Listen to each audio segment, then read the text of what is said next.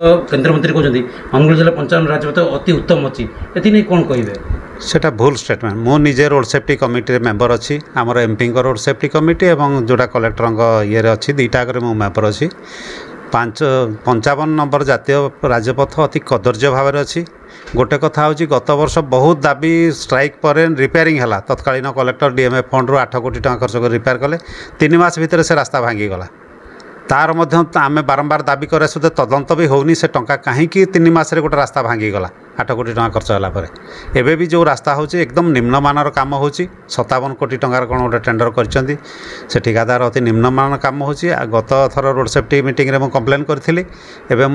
से एते सुस्थ भाव में काम कर आहरी 6 मास लगे से रास्ता हाँ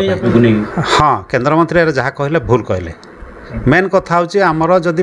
जो अनुगुल बाईपास न हवा पर्यंत ए रोड स्टार्ट करनी जी भारी जान चलाचल कर रास्तार से रास्ताटा से जान को नवापाई माने ये नुहे प्रकृष्ट नुहे आग को आपंकर निर्वाचन आसूसी आप जनसाधारण कौन कहे मु निश्चित कहि भारी जन को आम जदि बाईपास रे डाइभर्ट जिते दिन पर्यंत न करवा आमर धन जीवन ये सुरक्षित हो पार।